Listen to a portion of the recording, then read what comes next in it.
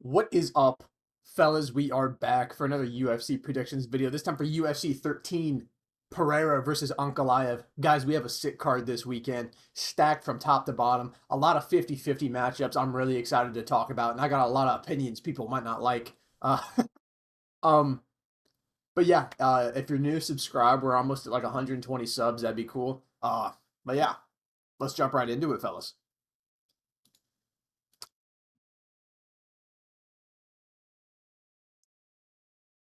By the way, I moved from ESPN's page. I'm on Tapology now just because I like this site better. Just outright, this site's just way better. So we're on Tapology now. Kicking us off, I believe this is actually taking place at 145, not bantamweight. Chris Gutierrez is taking on John Castaneda on short notice. John Castaneda had a fight last week and that fell through with Douglas Silva de Andrade. And now he's stepping in to fight Chris Gutierrez on this card on short notice. Um, I'm leaning early. Chris Gutierrez.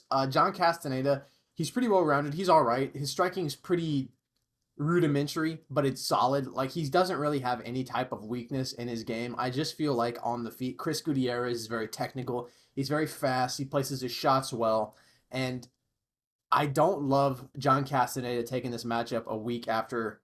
Like he already started cutting weight. Um, I think he was pretty deep into his weight cut for the Douglas Silva de Andrade fight, and now he's got to turn around and potentially cut a little more. It's 145, I think this fight is, so he should be fine. I just don't like that for him. Plus the stylistic switch up going from a very wild looping guy who really doesn't put out a lot of volume in Douglas Silva de Andrade to a very technical, fast, kind of kicking style that Chris Gutierrez has, very fundamentally sound in his striking. I think might be a little bit sketchy. Um, Chris Gutierrez is a bit of a head case though, and he has had some performances that I haven't loved.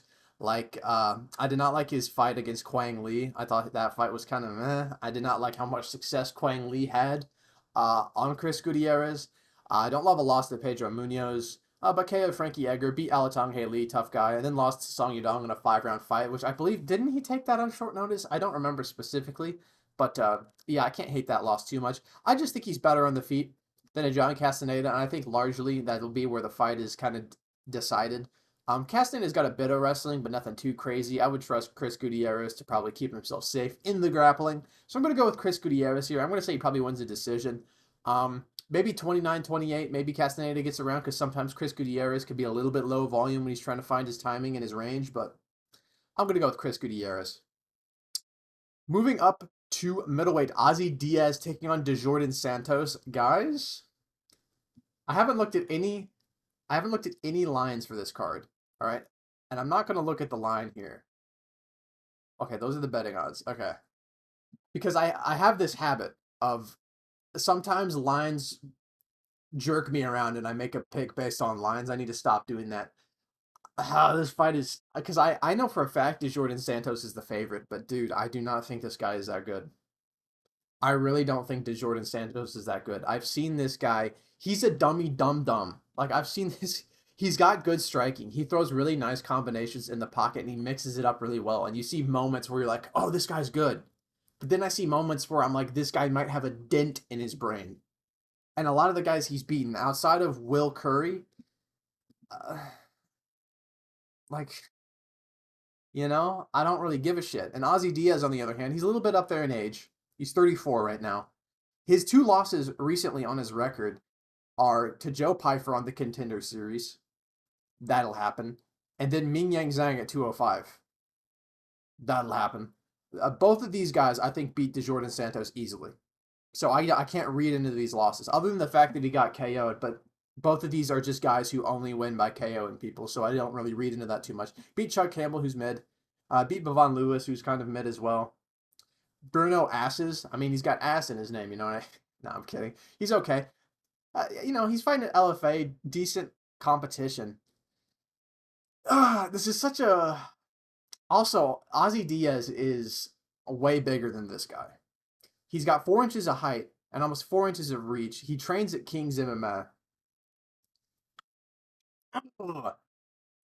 And he is a slight dog.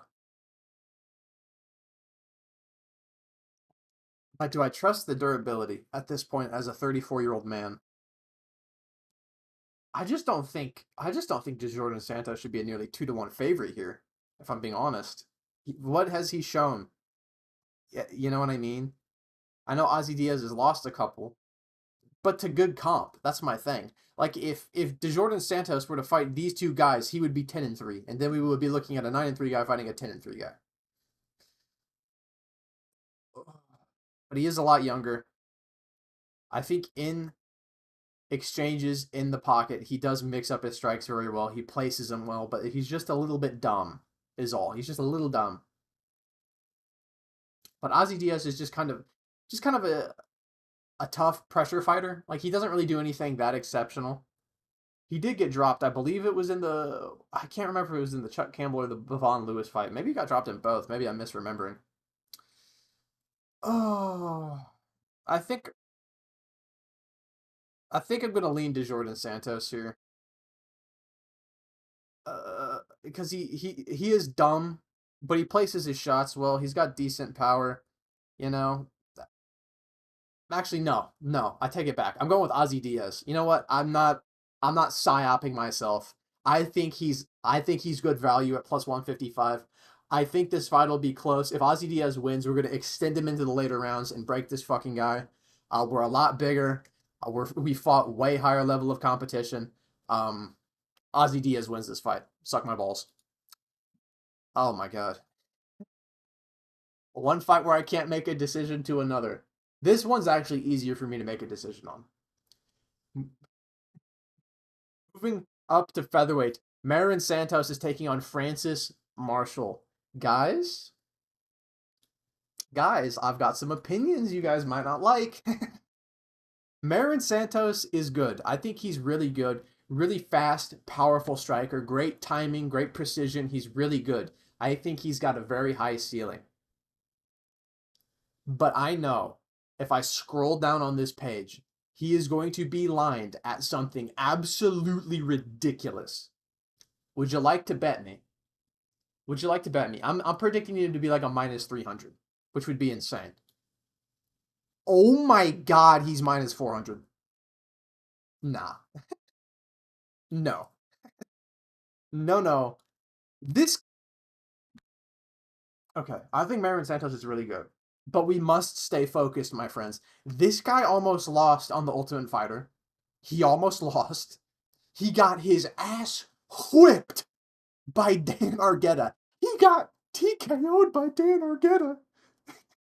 And he's minus 400 against Francis Marshall. Dan Argueta is a pressure heavy wrestler. Guys. And then, he beat Khan Offley, really sick knockout. But Khan Offley has 65 inches of fucking reach. He has the arm length of a middle schooler. Ah, I don't like this line. Francis Marshall, pretty young guy. I think he's a little bit older than Marion Santos, barely. Yeah, about a year and 2 months. A lot more UFC experience though. Beating Connor Matthews in a decision on the Contender Series, not too shabby. Beats Marcelo Rojo by KO, not too shabby. Loses a close split decision to William Gomez in a really close fight. William Gomez, I think, is pretty fucking good. And at basically 23 years old, losing a split decision to him, I don't think he's that bad. And then he lost to Isaac Dolgarian, who is a absolute behemoth. Like, does anybody think Isaac Dolgarian wouldn't finish Marion Santos in the first round? Really? Be real. Like, and then he beats Dennis Bazooka on short notice, lands big knockdown. Doesn't look the best in that fight, but short notice, up a weight class. Really, what can you do? Best thing you can do is win, and he did. I I think Marion Santos is live to win this fight. Obviously, he's minus 400. He should win, right? He should destroy this guy. I think that's how he does win, is by destroying Francis Marshall, just landing good shots, landing fast, precise shots, and knocking out Francis Marshall. My concern is if he does not do that. If Francis Marshall is there in round 2 in his face still, shooting takedowns, putting shots out there, keeping the pressure on him, because Francis Marshall, if he's conscious, he's on your ass. And that's kind of a problem, I think, for Marion Santos. Also, he trains out of a good gym. Oh my god. I know Mario Santos trains at Extreme Couture, but Francis Marshall, uh, I want to pick him. I'm gonna pick him. I'm just picking underdogs. I don't give a fuck. I'm picking Francis Marshall. I just think this line is absolutely disgusting. Now, if Myron Santos wins this fight, he probably will look minus 375. He'll just go out there and chin him. Um, but I think this fight's going to be closer than this line, and I think Francis Marshall's live to kind of put it on Myron Santos's ass in round 2 and 3. Um, if Dan Arquette can TKO you, Francis Marshall sure fucking can. That's all I'm saying. Moving up to welterweight, Alex Morono taking on Carlos Leal. Guys, I'm going with Carlos Leal. This is kind of a open and shut case for me. Alex Morono, he's just not very physical. I don't know. He's got decent striking. He's got some jiu-jitsu, but outside of that, he's just kind of mid. A loss to Nico Price and his second most recent fight is horrible. He gassed horrifically. He looks terrible. I don't know how you can have like 30 fights in the UFC and fucking be gassing in the second and third round. It's kind of pathetic, to be honest. Then he lost a split decision to Daniel Rodriguez, which isn't the worst thing in the world. Beat Court McGee, who's 50,000 years old. Beat Tim Means, who's 60,000 years old. Lost to Joaquin Buckley. Carlos Leal got robbed against Renat Fakretnov. He beat Renat Fakretnov outright. As somebody who picked Renat Fakretnov, he beat him easily outright. He got robbed. Shouldn't have fought him in Abu Dhabi, little bro.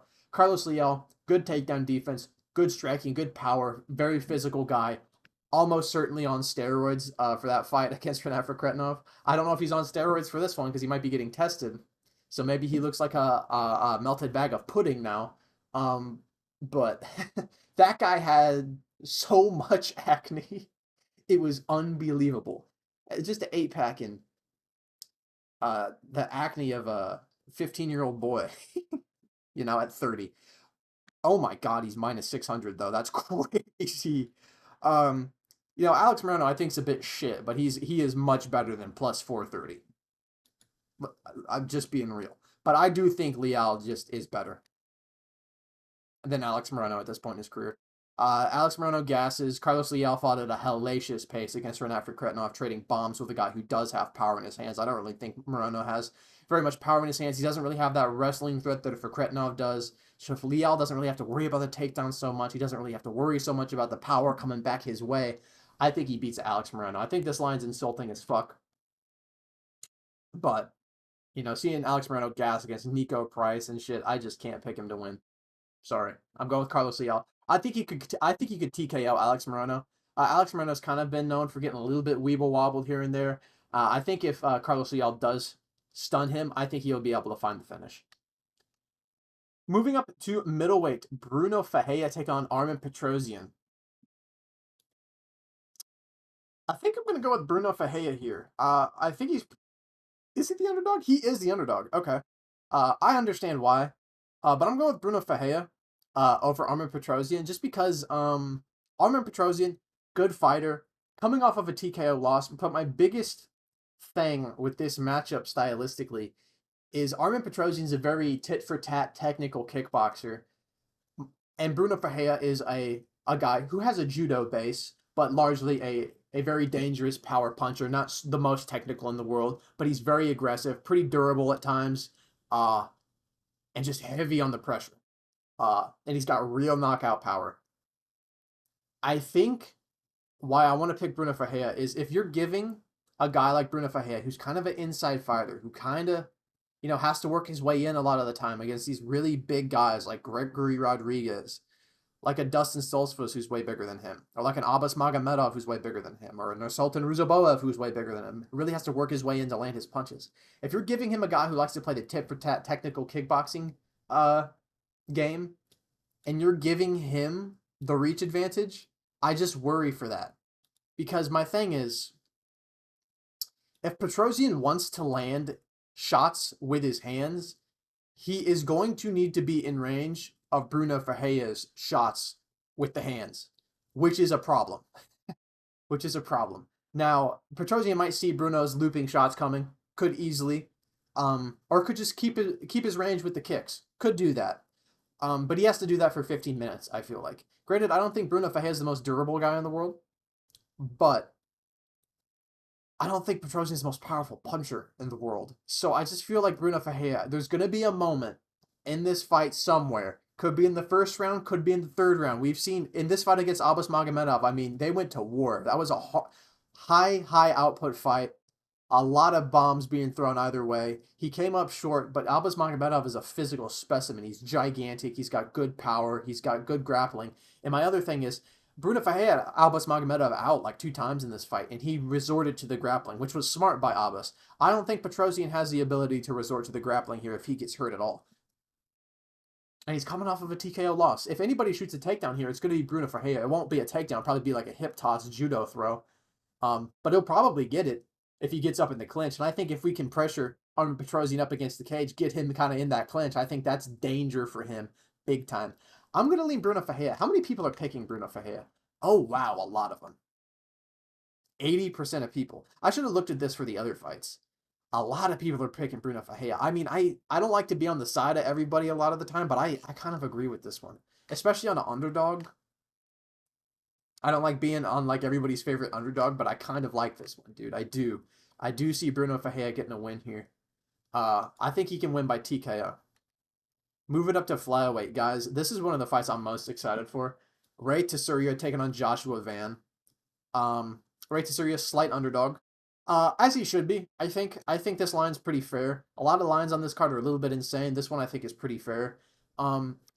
Joshua Van, really good fighter, really young guy. Both these guys really young guys, young prospects. I really like Ray Tesouria, but I'm going to go with Joshua Van. I just think this is kind of a hard matchup for him at this point in his career. I think Ray Tesouria also, he's stepping in on short notice for this matchup, which I don't love because Joshua Van's got kind of a style you really need to be prepared for. And Ray Tesouria, I don't know if his striking defense or his striking in general is on the level to keep himself safe here for 3 rounds against Joshua Van. Now, I do think Joshua Van has a good enough sprawl and good enough athleticism, reaction time, and speed to get himself out of a couple of Ray Tesouria's takedown attempts early, and especially later it goes. The more Ray Tesouria slows down, I think the more Joshua Van will be able to sprawl and get out of the way of the grappling attempts. However, I do want to mention this. Dude, Ray Tesouria is a really good grappler, I think. He fought Carlos Hernandez in his UFC debut. A lot of people were like, not too high on it. Man, Carlos Hernandez, his record's a little bit deceiving. I think he's really good, and he can scramble like a motherfucker, dude. Like, that guy is actually a really good grappler, really good scrambles in that matchup, and Ray Tesouria was still able to get the better of him. Joshua Van cannot be cute with this guy. There's a couple of moments in Joshua Van's career. I think it was the Edgar Chairez fight where he kept going for like a leg lock in like the 3rd round of that fight. I think he can't be cute. We can't be cute doing that shit against this guy. We need to keep this on the feet, and we just need to box this dude's fucking face in. And I think he'll probably do that. I think Ray Tesouria is a live underdog, though. He's very good at grappling. He's got very good submissions. He's got weird chokes. He gets guys in very weird positions. And if Joshua Van isn't on his A game, he can get taken down here. He was taken down by Cody Durden. I think Cody Durden is probably a little bit better of a raw wrestler than a Ray Tesouria. But what Ray Tesouria does that Cody Durden doesn't is if he doesn't get the initial shot, he will chain it. He will chain grapple. Look for a trip. He will try over and over to get you down off of that one attempt. Cody Durden, not so much. And Ray Tesouria is used to grappling hard for 3 rounds. So I think the line is right here. I'm going to go with Joshua Van. I think he could probably get a decision win here, or maybe a late TKO if Ray Tesouria gasses, because I don't trust the Tesouria striking all that much, or at least I haven't seen a reason to trust the striking all that much yet. And I've seen Joshua Van be able to defend some pretty bad grappling positions and some takedown attempts. So I'm just going to lean him. I think he's got the more well-rounded skill set right now. But I do think Ray Tesouria is live here. He got good submission skills, good grappling. I like him as an underdog, but I'm going to go with Joshua Van. He's just more battle-tested. I mean, Cody Durden, Edgar Chairez, Charles Johnson, Felipe Boons, Kevin Borhaus. These are all UFC fighters. You know what I mean? These are 5 UFC fighters right here. 2 of these guys have been in the top 15. Edgar Chairez, I think, is a little bit underrated. He's pretty good as well. And Joshua Van was scheduled to fight Bruno Silva, I believe, who's another guy who's in the top 15 who's really fucking dangerous. Yeah, I'm just gonna trust Joshua Van's experience here. He's got good boxing, good timing. I think he can beat Ray Tesouria in a pretty competitive fight. Moving up to, is this the main card? I think this is the main card. No, it's a prelim. Moving up to our main prelim. Got Curtis Blades on the fucking prelims. Curtis Blades taking on Rizvan Kuniev. Guys, I'm going with Curtis Blades just because Rizvan Kudiev is fat and he's also not very good. He's got decent power. He's very wild on the feet. Um, that's about it. This guy did steroids to be a fat guy. You know what I mean? I don't think he'll have any grappling success against Curtis Blades. I think on the feet, Curtis Blades is a way more technical striker, way better at range, has much better boxing. The only thing with Curtis Blades that worries me is his durability. I'm not sure where the chin's at. You know what I mean? That's kind of my only worry because all of his losses have been by KO. Granted, the guys who have KO'd him, I would, a gun to my head, I would say Kudiev doesn't have power like a Pavlovich, like an Aspinall, like a Derek Lewis or a Francis Ngannou, to be fair. Um, and if this guy's not on the level of these guys with this insane punching power, he loses. You know what I mean? If you're not an elite fighter with insane punching power, you don't beat Curtis Blades, basically. And I don't think Kuniev is that. I think he's pretty sloppy on the feet, throws looping shots, has okay power, but I think Curtis Blades sees those shots. I don't think he has that much success with the grappling, even though I have been a guy who has said multiple times that Curtis Blades' grappling and wrestling is a little bit overrated. You saw that in the Jailton Almeida fight where he was able to just control him for all 5 minutes of that first round. I think he took him down 10 times. But I don't think Kuniev's anywhere near the grappler of Jailton Almeida. I'm going to go with Curtis Blades. I think he's going to be safe on the outside in his range, landing straight punches against Kuniev's disgusting, ugly looping shots. I don't think Kuniev's going to really get, the wrestling going. He could do, but I just don't see it. I think it's a less likely outcome. Also, if this guy's not on steroids, how ass does he look? You know, I mean, how shit does this guy look if he's not on gear? You know? Yeah, I gotta go with Curtis Blades. I gotta trust the battle-tested guy against the elite of the heavyweight division. You know, we're in PFL, man. We beat Renan Ferreira. I don't think Renan Ferreira is that good. He's big. And he was on steroids for this fight, so I don't really give a fuck. I'm going with Curtis Blades. I think he can chin this guy, honestly. Moving up to the main card now. Opening up the main card at lightweight, Bobby King Green, my bad, bro. Taking on Mauricio Huffy. I'm going with Mauricio Huffy here over Bobby Green. I think Green is a good underdog at these odds. It's a little bit insane. Huffy's not minus 600 over Bobby Green on the feet. He's just not. Do I think he wins? Yes. Just because Bobby Green in his career recently taken a lot of damage, a lot of it. Been KO'd, been dropped plenty of times. In his style, he keeps his hands down. I just don't love that because Mauricio Huffy is really good at placing his shots well. And I don't trust the Bobby Green chin, just outright. I could see Bobby Green schooling this guy on the feet for, I don't know, 10 minutes. And then he gets touched once and explodes. You know what I mean? Like, Patty Pimlet put him out, but not by TKO. Got dropped by Jim Miller. Beat up Jim Miller, though. Got killed by Jalen Turner. Beat Grant Dawson. Great win, by the way. Got dropped by Tony Ferguson.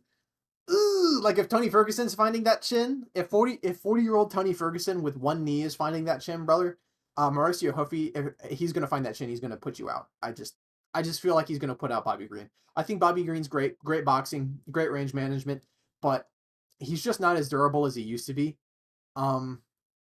Yeah, I gotta go with Mauricio Huffy here. I just think he's gonna put one on Bobby Green's chin.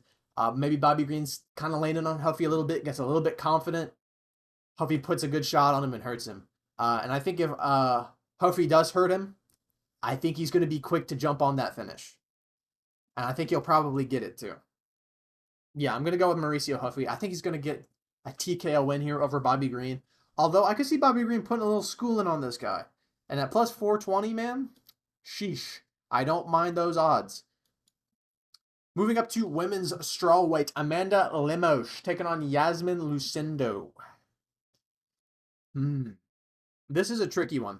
This is a very close and competitive fight, I think. I think I'm going to go with Yasmin Lucindo here, just because if these ladies are all even in their skill set, right? The striking's even. The jiu-jitsu's even. Who's more likely to shoot a takedown and who's more likely to get taken down? Lucindo's more likely to shoot a takedown, and Amanda Lemos has shown time and time again that a gust of wind could probably single leg her. And she doesn't really have the ability to get up when she's taken down. I think that's kind of the it factor in this matchup for me. I think Amanda Lemos, a very dangerous striker, very powerful. I think she's way more powerful than a Yasmin Lucindo. I think Yasmin Lucindo might be a little bit more technical on the feet, but I think it kind of gets offset by the power of Lemos. You have to respect it, right? Because she does hit hard for a women's strawweight. So I think the striking is going to be relatively competitive and pretty close. Lemos has good submission. She's got a nasty guillotine, but that's it. And if you can defend that guillotine, you're just going to be on top of her for the rest of the round. I think it would serve Yasmin Lucindo well to just shoot a fucking takedown. Get some respect on the feet for a little bit. Maybe she comes out round one. They go for tit for tat on the feet for about 3 minutes. Then she shoots a takedown. She'll probably get it. And she'll probably ride out the rest of the round on top. I could see her winning this fight that way. I believe that's how she beat Marina Rodriguez in a really close fight. Granted, I picked Marina Rodriguez against her, but she looked decent. The grappling looked all right. So I think she can win this fight the exact same way, because I think she can approach this fight similarly to how she approached Rodriguez one. Marina Rodriguez, really good boxing, decent power. Take her the fuck down. She has no takedown defense. Same thing as Lemos, except Lemos adopts a little bit more of a Muay Thai style. What she absolutely cannot do is get caught in the clinch against Amanda Lemos. That would be bad. But it's a close fight. Like, Lemos is live. I think I'm going to lean Lucinda, though, just because she has the more well-rounded skill set and the ability to take this fight to the ground, which is a giant glaring weakness in Amanda Lemos' game. You've seen it in just about any fight she's been in. You saw it against Verna Jandiroba. You saw it against Mackenzie Dern. And you saw it against Weili Zhang. Her last 3 fights, you've seen that weakness. And it hasn't improved even a little bit. I'm going to go with Yasmin Lucindo. I think she can exploit that. She's solid on the feet. Young fighter, improving fight to fight. She could get caught. She could get hurt in this fight. I think it's pretty likely that she probably gets hurt. She probably gets hurt and shoots a takedown, though, and she'll probably get it if she does. So I'm going to go with Yasmin Lucindo here. Probably like a 29-28, maybe even a split decision. I think this fight's going to be pretty close, as the line indicates, fellas. Oh, brother. Another 50-50 fight. Do I love these? Moving up to lightweight, Jalen Turner taking on Ignacio Bahamondes. Ooh. Ooh. My initial lean here is Ignacio Bahamondes. I'm going to explain to you why. Ignacio Bahamondes, I saw a tweet that cracked me the fuck up about this fight. And it was like, we have punching bag Bahamondes taking on no heart Turner. And I could not describe this fight better if I tried. Because Ignacio Bahamondes is really fucking hittable at times.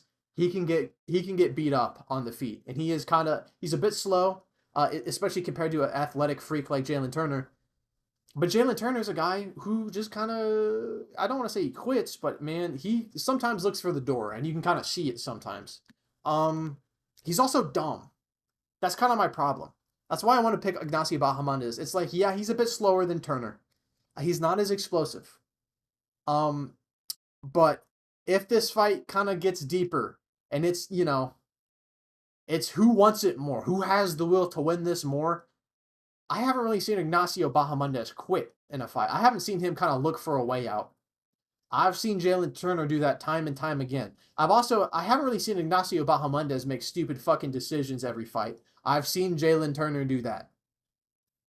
Like, if you could guarantee me that Jalen Turner wasn't going to do something incredibly stupid and kind of just like, I hate saying fighters quit, but just kind of like in the Dan Hooker fight, I know they went to war. Dude, he was getting walked down by a Dan Hooker with, I believe, a fractured forearm. Like, he's gassed out, getting walked down by a guy with one arm. I don't love that. I don't love that. Because Ignacio's a pretty tough cookie. And if he's walking him down in the 3rd round, I could see him putting it on Jalen Turner. And I could see Jalen Turner wilting. Like, he's a really great fighter. He's really technical. But fuck me, he's kind of dumb. He's barely a favorite. Barely. Like, these guys are evens. And I think this line's correct. Both of these guys are young. I think Jalen Turner is honestly the better athlete. But Bahamondes, he just has no quit in him. He's fundamentally pretty sound. I think he's slower, but he's been looking good lately. You know, timed a great KO shot on Manuel Torres twice. He hit him with the same shit twice. Really good win. Head kicked Christos Giagos. Lost to Ludovic Klein. I think Ludovic Klein's decent. I know he didn't look good against Roosevelt Roberts, but I bet you a Ludovic Klein could put it on Jalen Turner's ass. I bet you he could. I really believe that. Beat Trey Ogden. Hey, not a lot of guys beat Trey Ogden, to be honest, so that's not a bad win. Subbed Rongju. Hey, man, we picked Rongju against fucking Cody Steele. We respect the Rongju win. That's not a bad win, dude. And Jalen Turner, on the other hand, beat Brad Riddell. Good performance from him. Lost a close fight to Gamrot. Knocked him down a time or two, so that fight was pretty close. Got walked down by a one-armed Dan Hooker. Don't love. He murdered Bobby Green. And then this is what I'm talking about with the dumbass shit. Like, bro's farming TikTok aura edits, bro. Don't go for a walk-off KO. Finish this fucking guy. And then he just gets taken down and ground and pounded and doesn't even try to get up. Dumbass decision and no heart displayed in this fight. I can't trust him.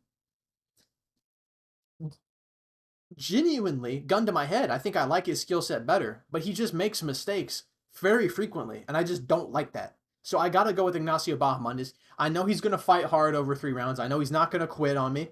Also, I kind of think he could get a takedown here, low key. Also, they're similarly sized. They're actually the exact same size, according to this. And I honestly think that hurts Turner more. I think Bahamondes kind of has a more traditional style of striking, which I think is more applicable to guys his size. So yeah, I'm going with Bahamondes. Probably decision. Probably a very close fight. Maybe Jalen Turner gets the first round. I think Bahamondes might get the second 2, though. Oh, brother. Dude, all of these fights are 50-50s on this main card. I swear to God. Moving up to lightweight. Justin Gaethje taking on Rafael Fiziev. Guys, I'm going with Fiziev. I picked Fiziev the first time. I'm picking him again. I know he's a favorite. That's surprising, actually. How many people are picking? A lot of people are picking Gaethje as a dog, which I don't mind it. I think he's live for sure. But Gaethje's 36, man. He's 36 at lightweight. Getting ready for a 5-rounder against a guy in Dan Hooker who is not. It's just a little bit of a stylistic switch up. I know they're both strikers, both kickboxers, but Fiziev's kind of a guy who's like an inside striker who's really, really fast. And Dan Hooker's kind of a rangier kind of kickboxer who's a lot slower than a Fiziev. I think that could fuck with Gaethje a little bit. Fiziev right now, he's just kind of walking into this. He's got nothing to lose here. And I think Fiziev's in shape for 3 rounds. I think because Fiziev's been looking for a fight for a while. And also he just seems like the kind of guy who, if he can train, he's probably training. Like, I mean, look at the way the fucking guy's built.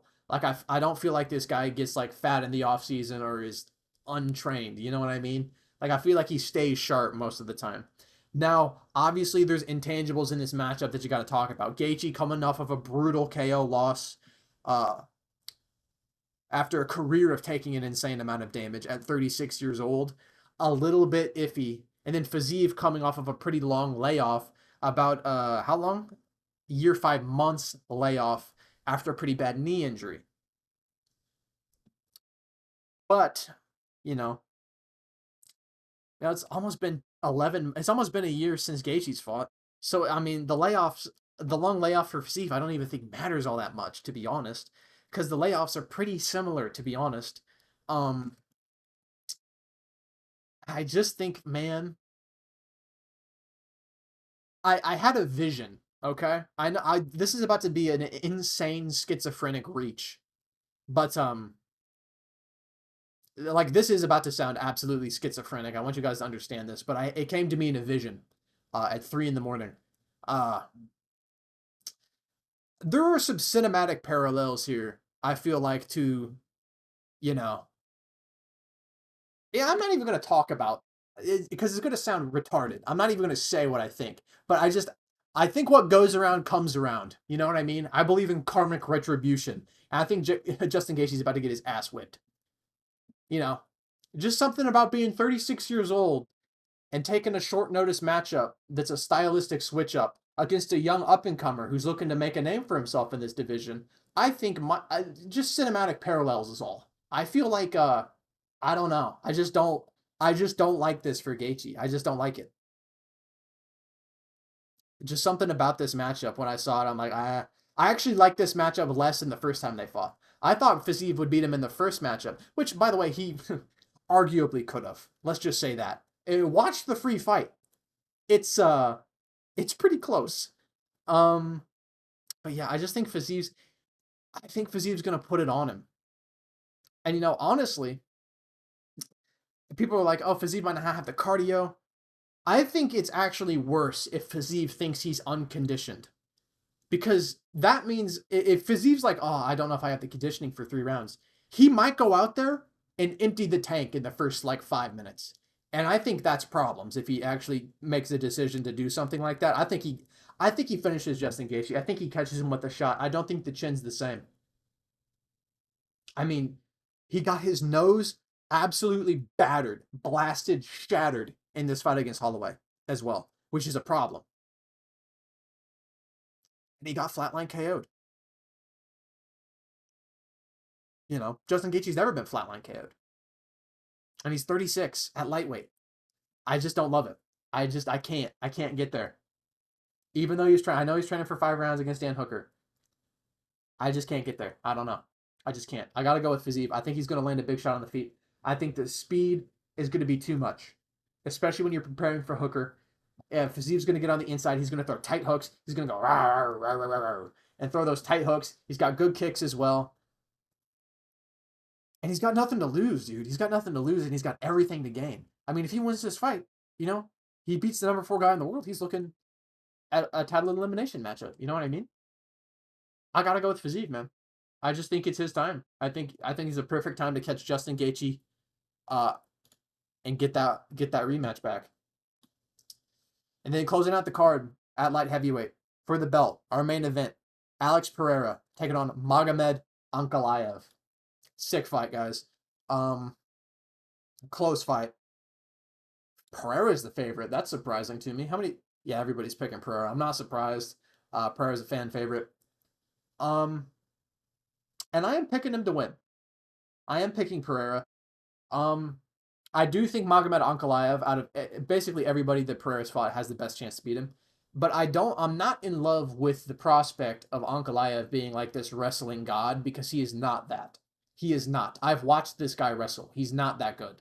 Or at least not as good as people act like he is. Like, he's not Khabib, okay? Just because he has the funny chin strap beard and his name ends with a V, he's not Khabib, okay? I promise you. He's got like a 30% takedown accuracy. I don't think he's ever submitted anyone either. Like, his grappling's meh. Now, do I think shooting a takedown would serve him well if he wants to win this fight? Yes, absolutely. I think he needs to wrestle. I think he can win on the feet, but I think showing Pereira the takedown will open him up on the feet and allow him to land his shots, right? Where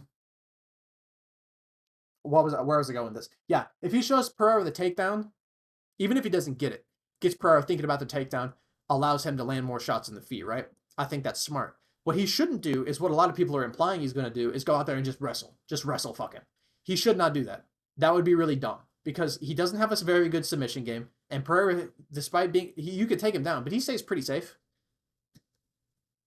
I don't know if Magomed Ankalaev can sustain a grappling attack for 5 rounds. I don't think he can. And my thing is, if you're telling me he's going to go out there and wrestle a bunch, I think that's silly. I think he should do what got him to this title shot, got him to the biggest fight of his career, and it's largely being composed on the feet, sticking behind that left hand, and wrestling when he needs to, or wrestling when he sees it. He shouldn't force it.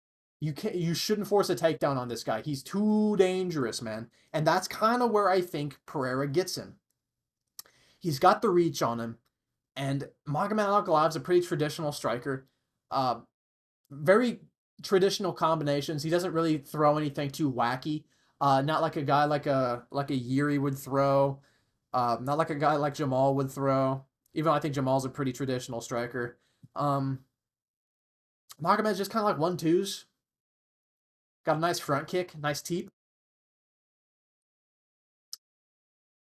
And he's really good at that. He's super proficient with those basics, which is what makes him so good because the basics are pretty much the most important thing to learn if you're striking, honestly.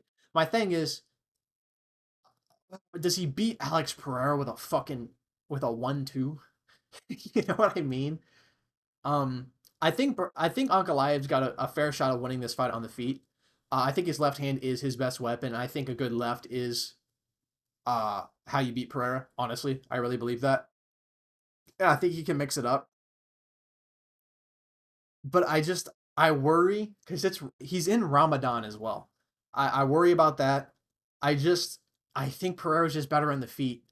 And if Magomed Ankalaev just kind of slowly wades into range against Pereira, I can just see him getting obliterated. I like that's just kind of what keeps playing in my head. Like if he shoots a bunch of takedowns, could he get him? Yeah, probably. Does he finish Pereira with them? I honestly don't think so. Maybe he holds him down for a couple of rounds. Could do. I don't think he submits him. Maybe he gets a TKO to ground and pound, but I don't think that's super likely either. I don't know. Just when I think about this fight and all the intangibles in this one, I just see him getting caught by something. You know what I mean?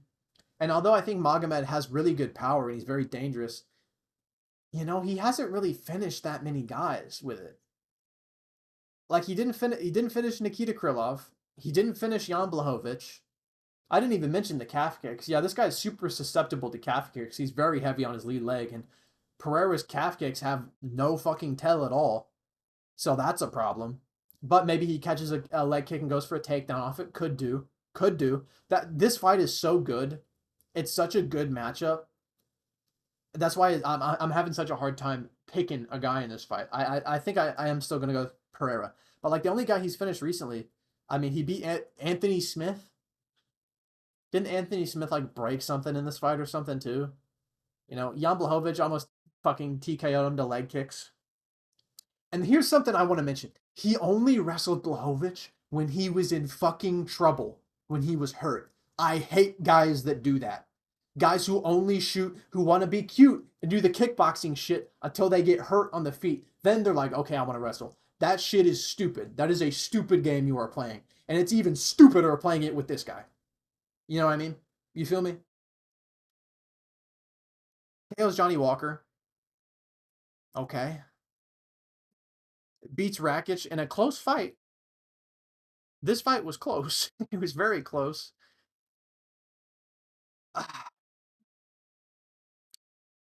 I just, I'm going to go with Pereira.